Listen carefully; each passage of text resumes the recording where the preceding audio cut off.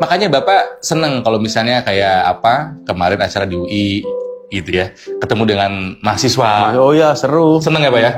Meskipun pertanyaannya kadang tajam, it's okay? Oh iya, justru pertanyaan tajam itu yang bagus. Nggak masalah ya? Nggak masalah, dan bukan hanya nggak masalah. Ya memang harusnya Emang harus begitu mahasiswa. Harus kritis ya. Oke, tapi yang saya tuh penasaran, Bapak ini kayaknya orangnya entah sabar, entah gimana kok kuat gitu loh Pak. Semua capres, semua pejabat publik lah. Iya, iya betul. Ya itu, aduh netizen Indonesia itu kadang kalau udah bicara ya Pak ya, Bapak juga pasti tahu lah kalau Bapak mention nama Bapak di Instagram, wah kalimat tuh udah macem-macem.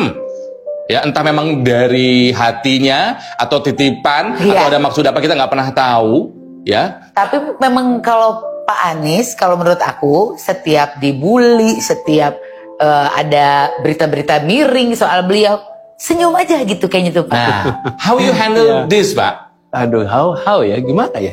Ya biasa aja. Masa sih? Sakit hati dong.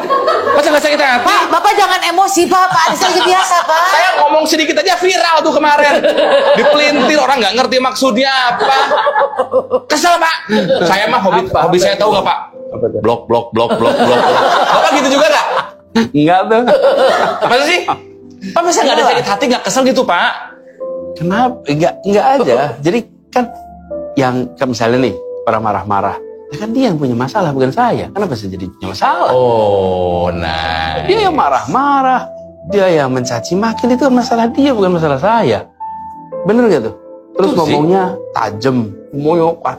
Saya cuma kalau lihat begitu tuh, ini sedang punya masalah sama dirinya bukan masalah sama saya.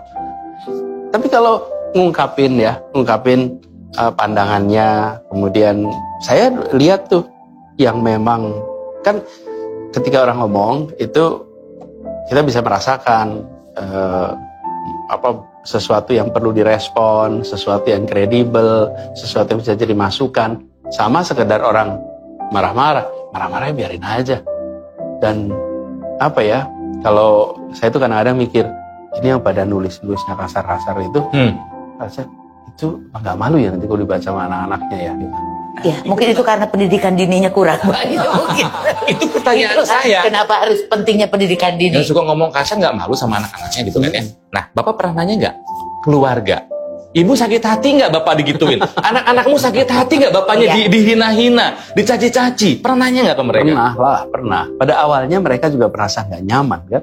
Kan gini, yang kami alami itu mereka juga sering di-mention. Iya, betul. Ya. Di DM. Nah, tuh. Gitu kan. Mereka di awal-awalnya mereka juga merasa kayak kaget gitu. Terutama beberapa tahun yang lalu ya ketika mulai ikut pilkada. Itu wah macam-macam tuh.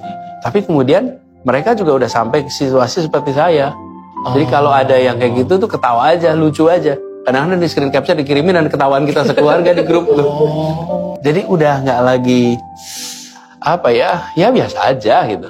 Dan ini ya sebetulnya ya bukan hal yang baru. Dari dulu kita kalau berada di wilayah publik itu diomongin dan diomonginnya macam-macam. Cuman bedanya kalau sekarang kita denger. Ya karena sekarang sosial media dan segala macam. Kalau dulu enggak. Iya. Tapi diomongin aja dari dulu. Pasti. Mau jadi zaman Bung Karno juga diomongin. Pasti. Di warung kopi sana sini semuanya ngerasain itu ngawur keputusan ini. Tapi kan kita nggak denger. Iya. Kalau sekarang kita denger, jadi biasain aja denger itu. Dan kalau sekarang masuk di wilayah publik, itu kupingnya harus siap ya. Iya, harus kebiasa. Nggak usah marah, udah nggak usah aja. Relax. Ya. Oke, jadi buat netizen, kalau kamu suka berkata kasar, mencaci maki, apapun dengan alasan kamu, bahkan sampai bikin akun khusus untuk nyaci-caci, ada loh, banyak Pak. Pakai second account. Pakai second account isinya maki. Ingat, Pak Anies bilang, yang bermasalah bukan orang yang kamu serang, tapi kamu yang punya masalah. Iya, ini juga jadi perhatian. What's wrong with you, man? Pasti hidup kamu nggak bahagia. Pasti hidup kamu nggak bahagia. Ih, Bapak, lihat Pak Anies senyum, kamu dari tadi marah-marah. Iya. Saya jadi emosi lihat Bapak nih. Tapi ini juga perhatian nanti buat yang mau komen di tayangan ini ya. Seperti selalu diingetin di setiap tayangan kita bahwa mau komen tuh yang sopan gitu, nggak boleh ada yang jelek-jelek. Ya kritik membangun lah gitu. Jangan saya duduk begini diprotes. Emang kamu Oh, saya baper itu. kamu juga sama.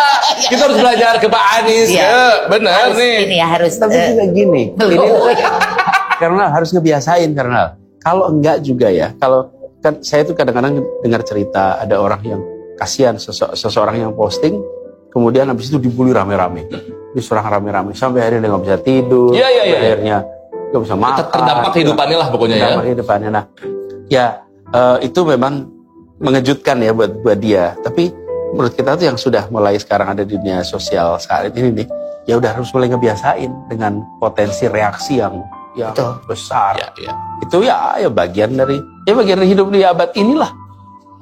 Iya. Apalagi nanti ini kan Tantangannya beda. sebagai calon pemimpin pasti orang banyak yang lebih menyerang juga gitu. Mm-mm. Jadi Bapak masih mantau Instagram sendiri, Pak? Kalau mantau enggak sih. Saya kalau pas lagi ada, itu pun jarang sekali longgar saya sampai lihat. Tapi umumnya ada tim yang ngerjain. Oke. Jadi kalau posting juga saya udah nggak posting. Gue nggak sempet